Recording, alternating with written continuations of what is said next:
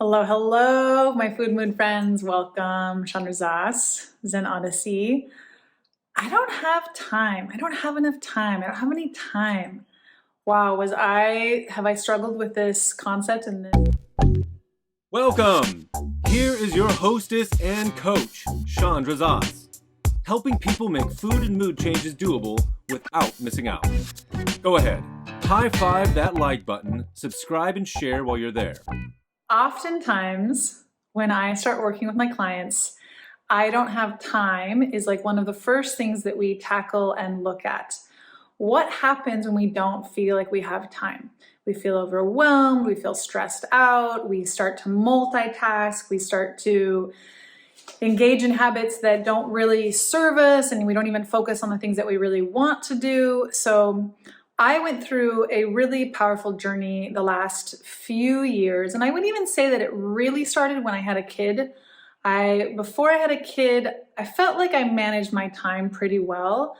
Hello, my friend. How are you? I'm in the Dead Sea, floating in the water. Go ahead and like and share and follow so we can keep in touch. I would really choose how I spent my time and invest in things that I wanted to, and I figured it out. And then I had a kid, and then I started a business, and all of a sudden time became this whole new beast to me. I was like, how do I manage all of this? And I really did believe this thought, I don't have time, or I don't have enough time, or like, wow. And I remember just this like waves of overwhelm and waves of feeling like I couldn't do it all, that it was too much. And one of the really interesting things to know about, and that I learned about firsthand, was watching that when we're thinking that we don't have time and when we're feeling stressed and overwhelmed, we're in a part of our brain that doesn't think very well, that doesn't make the best decisions. So it becomes this kind of like self-fulfilling prophecy where we start to waste our time. Like when we multitask and we do two things at once and we don't do them very well, and then we have to redo them. If you really look at what happens when we make decisions and when we act and we show up in our life thinking that we don't have time and we're frantic and we're rushing and we're hurrying, it's like it actually shoots ourselves in the foot. It actually creates the exact thought, the actual reality from the thought. We actually have less time. One of the biggest realizations I had during that process was realizing that maybe I was actually getting most things done. I'm a really good doer. I'm like really good at getting things done.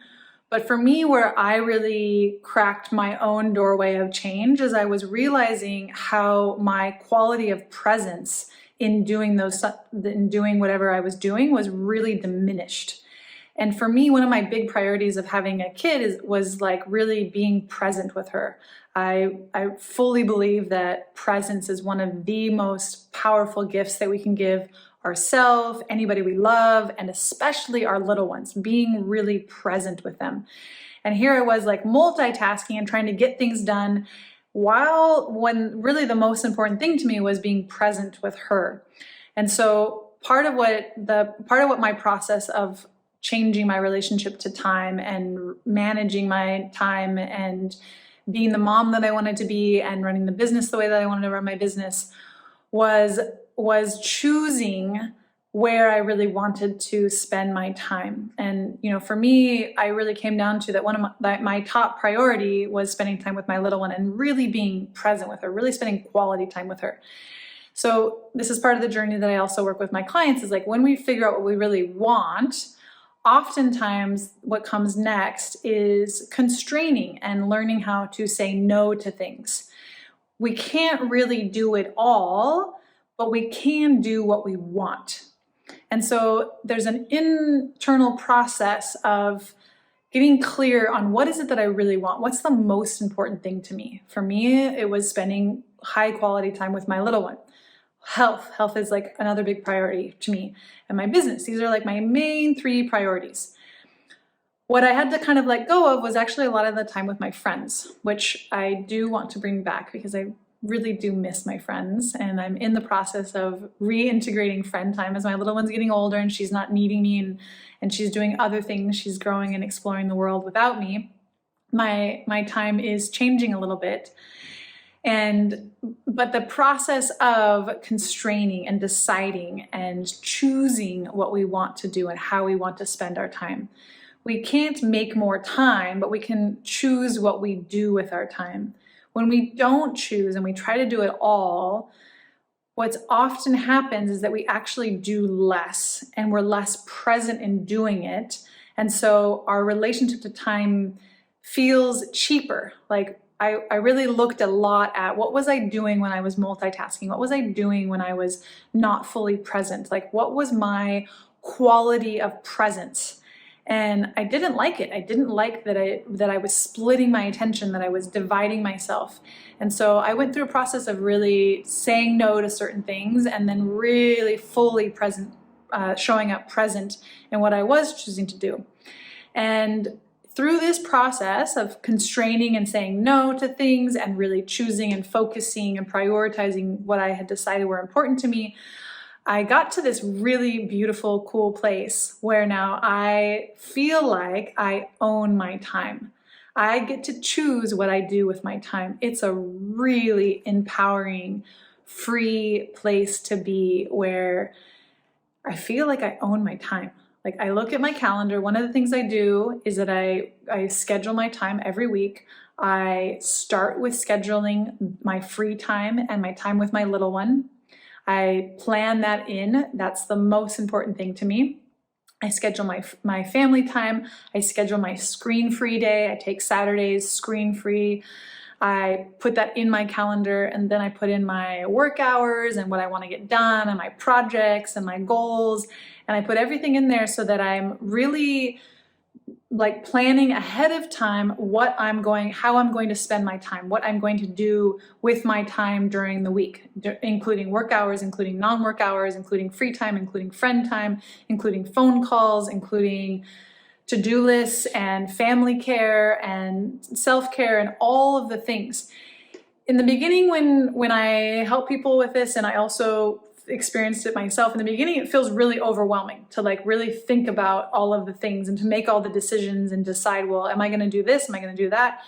But it's the biggest gift that we can give our relationship to time is sitting down. In the beginning, I'll tell you, it does take a few hours to really sit down and to make all of those decisions at once. How am I going to spend my time this week? What are the most important things? But it's the most valuable way, it's the most valuable time that I spend every week is in deciding how I'm going to spend my time. And a lot of people think I don't have time to do that. I don't have time to make a plan. I don't have time to organize my days. I don't have time to decide what I'm going to do. But what happens is that we end up in the middle of our day and we're constantly going back and forth from deciding what am I going to do next to doing. And so we're going through this brain switch where we're going back and forth between doing and deciding. And that is exhausting. That is totally not efficient. The most efficient way to make the most of our time, to get more out of our time, is to make all of those decisions at once. So it's like, I call it my CEO time. I have a meeting with myself. And I'm like, hey, what do we got on the to-do list? What are we going to do this week? What's the important things? And I really go through and I decide how I'm going to spend my time for the week. It is the most time efficient, effective, powerful way that I use my time. I love to actually even think about now I'm going to mess it up. Is it the nouns or the verbs? The verb? My mom is an English teacher and I am horrible at grammar. But how we use our time, how we spend our time, how we enjoy our time, how we waste our time, how we fritter our time, how we make the most of our time, how many different words. And I love catching and watching how I talk and think about time, and also how my clients talk and think about time. It's a lot of information on what our experience of time is. So I want to offer you to catch yourself when you say, I don't have enough time, to pause and catch that thought. It's just a thought. It's not a reality. You have the same amount of time as everybody else, and you have the same choices of how you spend your time, how you use your time, how you enjoy your time, how you make the most of your time, how you waste your time. You have that option. And the more you can step into the CEO part of yourself and plan your time and think about how you want to spend your time, the more time you spend in that part of your brain, for the part of your brain that's the prefrontal cortex, that's able to really think about the big picture, think about the whole week, think about the big projects ahead, the more time you can spend in that part of your brain, the more efficient you are going to be with your time, and the more able you're going to be able to spend the time the way that you think is the most important. When we're thinking we don't have enough time, we're in like the little part of ourself. We're in the reactionary part.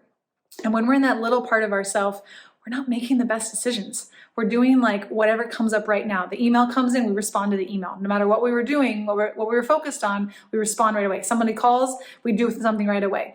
So getting out of that reactionary place is where we really feel like we don't have time.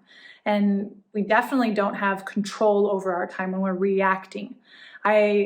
Now, I want to tie this into food because I think it's really beautiful, like the parallels between doing this work with food.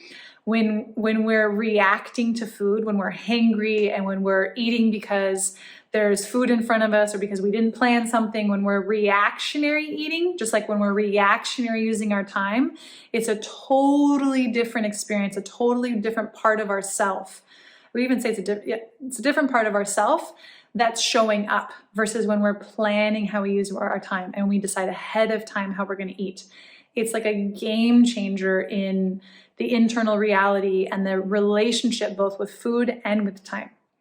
So I want to offer you to catch this thought and notice when you're thinking, I don't have time, take a deep breath, pause, and ask yourself, how do I want to use my time? How do I want to spend my time? What are the most important things for me to do? I would advise you to do it ahead of time at the beginning of your week or at the end of your week for the following week. But however you want to do it, catch that thought.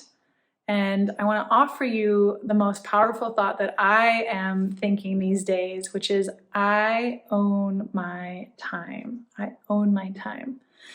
Now, if you would like some help getting to that place, this is what I do. I coach people and I help people make their dreams into reality. I help people create the relationships that they want in their life with food and their emotions and their stress levels.